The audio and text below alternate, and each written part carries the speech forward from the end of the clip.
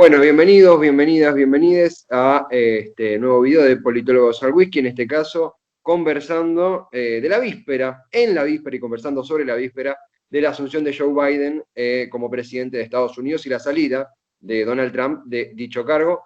Mi nombre es Esteban Checho, formo parte de Politólogos al Whisky, soy estudiante de Ciencia Política en la UBA y tengo el agrado, la compañía de una eminencia en la temática, Florencia Grillo, politóloga de la UBA. Bienvenida, Florencia, ¿cómo estás? ¿Qué tal, Esteban? Buenas tardes, ¿todo bien? Todo súper bien, aún incorporando todo lo que pasó, un poquito un detalle que viene al paso. Nos agarró con la guardia baja lo que pasó en el Capitolio, estábamos de vacaciones, descansando, cada uno en la suya, y bueno, nos enteramos que Estados Unidos estaba dado vuelta. ¿Cómo te tomó la noticia? ¿Qué hiciste cuando viste esas imágenes?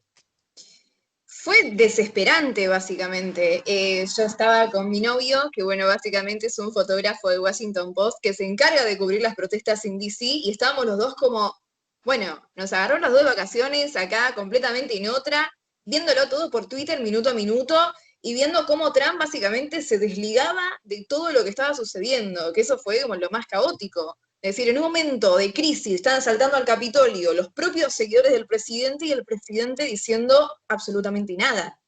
Entonces era como un aura de caos total, donde los medios también empezaron a decir que era una especie de golpe de Estado, pero no se veía a la policía actuando en el medio, y además como un golpe de Estado, digamos, sin las Fuerzas Armadas, era todo bastante extraño, ¿no? Y hablar de golpe de Estado en Estados Unidos, ¿no? Un poco, no suena muy latinoamericano, ¿no?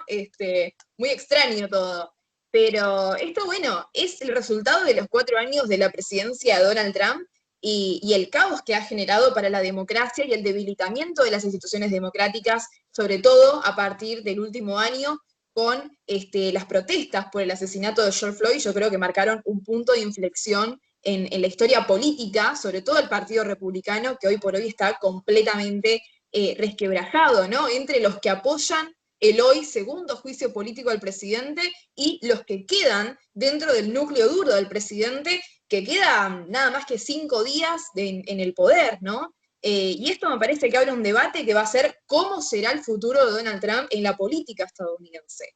¿Va a haber un tercer movimiento? ¿Cómo va a ser el futuro, ¿no?, del Partido Republicano y por qué no del demócrata, intentando contener del otro lado a todo un sector que no quiere radicalizarse tanto como el supremacismo blanco, que hoy por hoy está apoyando con las armas explícitamente al presidente Trump? Entonces, me parece que lo que suceda el 20 de enero va a ser un antes y un después en la historia política reciente, ¿no?, de los Estados Unidos. También, primero, totalmente de acuerdo, y segundo, yendo por este mismo camino, hay una cuestión de tiempos de sorpresas, ¿no? Es inevitable, si bien era una situación que se venía configurando, cocinando en los márgenes de la política estadounidense, vos lo mencionaste, grupos extremistas, quizá el más nombrado es Proud Boys, pero hay un largo número de grupos supremacistas, abiertamente xenófobos, que venían preparando, cocinando esta situación. Quizá lo primero que aparece en estos contextos, más en estos días, es qué sentido, jugando un poco a lo ingenuo, ¿no? ¿Qué sentido tiene un juicio político de un presidente que es saliente, que ya ha reconocido después de tanto tiempo que habrá una nueva administración en poquitos días en Estados Unidos? ¿Qué sentido tiene destituirlo? Y si bien principalmente Bernie Sanders había hablado de, bueno, sentemos un precedente que ningún presidente futuro puede llamar a la insurrección, tiene que haber una condena contra Trump, también se habla de la inhabilitación para ejercer cargos públicos en el futuro. Un juicio que puede continuar incluso durante la administración Biden. Te pregunto, quizá la frase más nombrada en algunos medios fue, bueno, esta fue la gota que rebalsó el vaso. ¿Cómo mutó Trump a partir de lo que pasó en el Capitolio según tu óptica? ¿Qué cambió, qué mantuvo y qué nuevas frases se incorporó a partir de ese hecho tan eh, inédito en la historia reciente? Sí, digamos, nunca había sucedido en los Estados Unidos que se invada el Capitolio desde las invasiones inglesas, ¿no? Cuando habían quemado directamente todas las instituciones después de la invasión a Estados Unidos. Me parece que primero entender que esto nunca había sucedido nos indica también cómo Trump vino a romper con toda una lógica de, digamos, de protección integral de las instituciones democráticas, de legitimación, sobre todo, de los resultados electorales, que es algo que nunca se había dado, que un presidente no quiera, digamos, entregar el mando en la historia reciente. Estamos hablando de, mismo en la propia campaña de Trump, 2016, cuando se había denostado al presidente saliente Barack Obama, el propio Barack Obama lo recibió tras la victoria en la Casa Blanca, en un momento como de paz, ¿no? Intentando hacer las paces entre los republicanos y los demócratas, donde ya todo estaba en ebullición, pero lo que estamos viendo es inédito, yo creo que desde 2017 hasta acá, digamos, es todo una cosa que nunca había sucedido. El nombramiento rápido de los jueces en la Corte Suprema, ¿no? La designación de Amy Coney Barrett tras la muerte de Ruth Ginsburg, ¿no? Digamos, todos sucesos que no se habían dado, sobre todo en un año electoral, un año de campaña, en medio de una pandemia, en medio de una crisis, digamos, todos sucesos que nunca vamos a volver a ver, ¿no? Y lo de Trump me parece que, a ver, ¿cómo ponerlo en palabras? Es un presidente que se ha encargado de victimizarse mientras él ha sido el culpable de incentivar todo esto, ¿no? Digamos, todo el 2020 estuvo haciendo hincapié en toda la campaña, sobre todo en los estados como Arizona, Georgia, Florida, que estaban cambiando y que están llenos de latinos, ¿no? La comunidad latina fue clave el año pasado y le supo hablar a esa comunidad en el año 2016, y en 2020 la perdió completamente, obviamente después de todos unos dichos, ¿no? Denostando a esta comunidad, y en estos estados justamente fue donde él empezó a hacer hincapié en la insurrección, en que dentro de Estados Unidos había una especie de terrorismo, ¿no? Interno, que eran los seguidores de Black Lives Matter, que él obviamente identifica como aliados del Partido Comunista Chino en Estados Unidos, ¿no? Mediante el Partido Demócrata, digamos, con toda esta conspiración, ¿no? Que empiezan a creer los seguidores de Trump, que se empieza a evolucionar, empieza a tornarse mucho más violenta, empiezan a haber mucho más protestas, digamos, con las dos partes, digamos, tenemos las Black Militias y tenemos a los neonazis, por otro lado, porque son abiertamente neonazis, lo han dicho ellos mismos, digamos, en los últimos días, en el Capitolio mismo, hemos visto flamear la bandera de la Confederación, algo que nunca se había dado en la historia de Estados Unidos. Entonces, me parece que en ese sentido, Trump intenta victimizarse. ¿Por qué? Porque todas las redes sociales, los medios de comunicación, hoy por hoy están en su contra. Habían estado en su contra durante toda la administración, pero esto, como decías vos, fue la gota que rebalsó el vaso. Fue algo que no se puede tolerar. En Estados Unidos hay dos cosas que no se pueden tocar. Son las libertades individuales y las instituciones democráticas. Corromper alguna de esas dos cosas es fatal para cualquier presidente. Y sobre todo alguien que ahora ha perdido efectivamente las elecciones y que tiene que intentar recomponerse y ver cómo se va a reconfigurar de cara al futuro, ¿no? Porque ahora lo que nos queda es ver cómo Trump sigue o no en la vida política, o vuelve a la vida, digamos, privada, empresarial, que es a lo que se ha dedicado toda su vida, que por eso está siendo bastante cuestionado, ¿no? Vamos a ver el 21 de enero cómo se resuelven todos los juicios que tiene en su contra, ¿no? Va a tener un largo proceso judicial el presidente saliente. Y en ese sentido me parece que está actuando como víctima, completamente.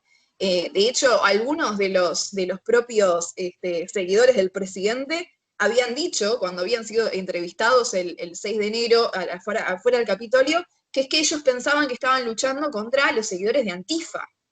Y Antifa ni siquiera estaba en la ciudad, digamos, eran los propios seguidores de Trump en contra de los propios seguidores de Trump, digamos. Hay un nivel de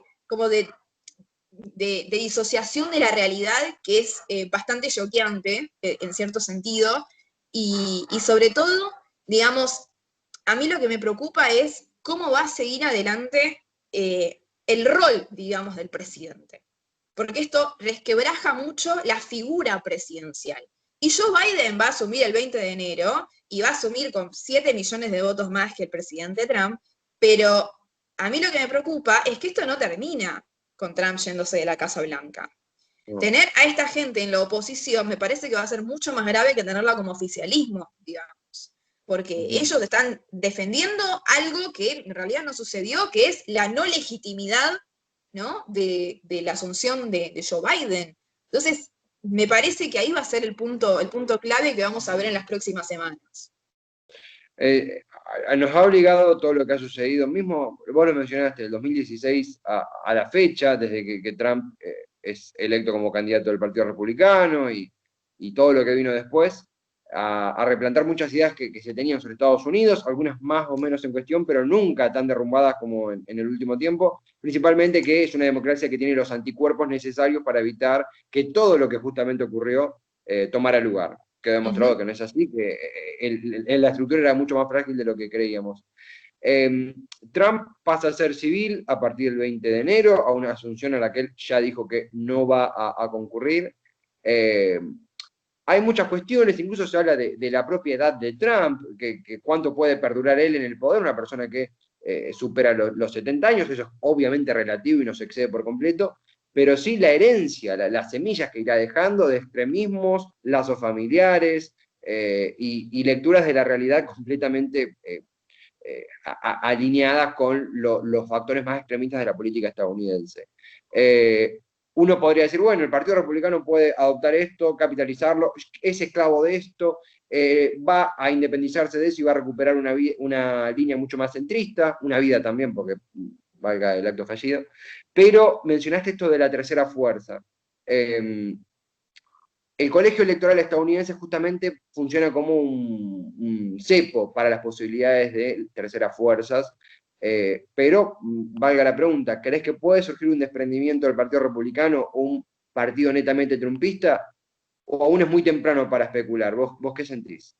No, yo creo que se está gestando un movimiento trumpista y de culto, ¿no?, a la personalidad del presidente, que el propio Partido Republicano no está hoy preparado para sostener y para soportar a lo largo del tiempo. De cara al 2022, cuando van a ser las elecciones legislativas, las de medio término, ya se habla de que algunos candidatos empiezan a ver a Trump como un posible candidato para llegar al Congreso, ya que la posibilidad de ser presidente está un poco truncada hoy por el tema del juicio político.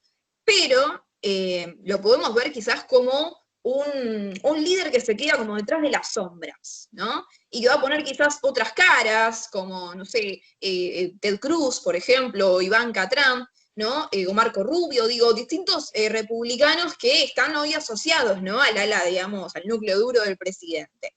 Pero es interesante ver cómo el cambio y la transformación, digamos, racial en Estados Unidos hoy por hoy está marcando la agenda. Porque hoy por hoy el Partido Republicano representa los intereses de la sociedad, digamos, blanca y los privilegios de los blancos en Estados Unidos. Pero ¿qué pasa? Los blancos cada vez son menos en Estados Unidos. En 1950 eran casi el 90% de la población. Hoy por hoy son casi el 60%. Es decir, hoy por hoy el electorado es más diverso que nunca.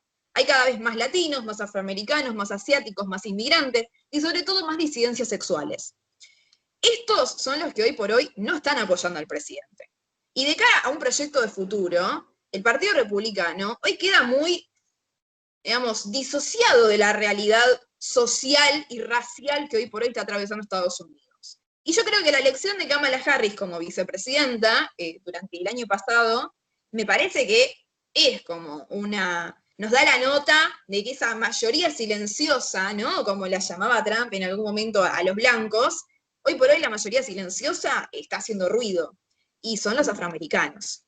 Y los afroamericanos son los que están marcando la agenda y el rumbo político de lo que se viene. Y me parece que ir en contra de eso, ir en contra de esa realidad que hoy está sucediendo en las calles, básicamente, de Estados Unidos, no le conviene al Partido Republicano. Por eso yo creo que se va a terminar abriendo y va a terminar generando una tercera fuerza que no creo que llegue, digamos, con la suficiente magnitud como para el 2024. Yo creo que esto en 4 años puede disociarse un poco, pero efectivamente el trumpismo llegó para quedarse, ¿no? Y yo creo que el Partido Republicano queda muy golpeado luego de este proyecto personalista, ¿no? Que le impidió que el Partido Republicano se modernizara, ¿no?, para capturar a ese país cambiante que hoy por hoy estamos viendo. Entonces, digo, los jóvenes, las mujeres, el electorado, digamos, suburbano, clase media alta, se alejan cada vez más del partido. Y los demócratas están sabiendo entender eso, y lo supieron entender en la campaña, y por eso se llevaron la victoria, ¿no? Y ahora van a ocupar la Casa Blanca por los próximos 4 años. Pero para concluir, completísimo. Simplemente no es una pregunta que viene un poco con el contexto de que estamos hablando, no solamente nosotros, sino la más media en sí, más el presidente saliente que el presidente que viene. Es inevitable, ¿no? Es completamente inevitable. Y al mismo tiempo creo que es inédito. Nunca un presidente saliente tuvo más protagonismo que el presidente que viene a este nivel con este nivel de caos.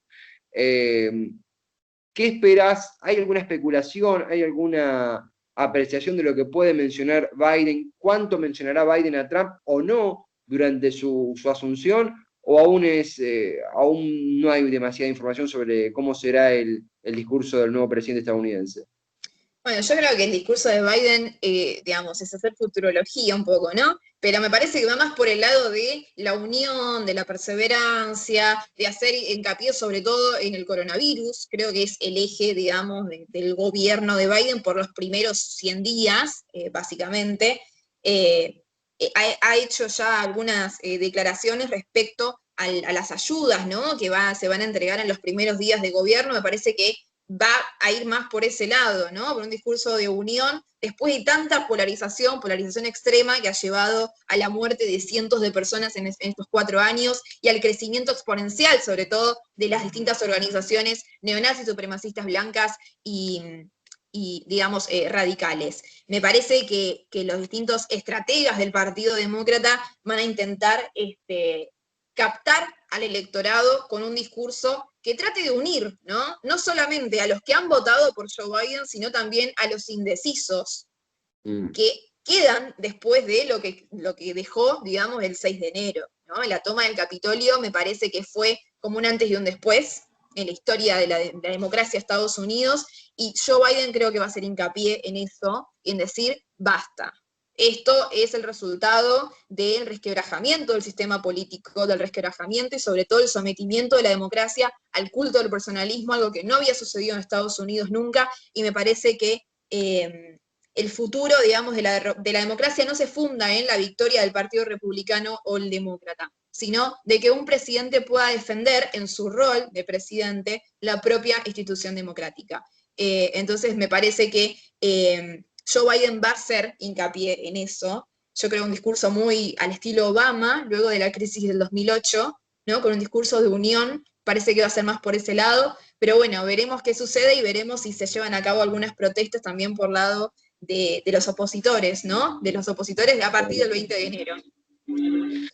Florencia, un placer enorme, completo, en medio de este caos que tan solo tiene 15 días y que es el 2021 a nivel político, a nivel estadounidense. Ha sido un placer contemplarlo contigo. Muchas gracias y será hasta la próxima. Muchas gracias por la invitación, que andes muy bien. Un placer. Florencia Grillo, Esteban Chiacho, para Politólogos al Whisky. Será hasta la próxima. Adiós.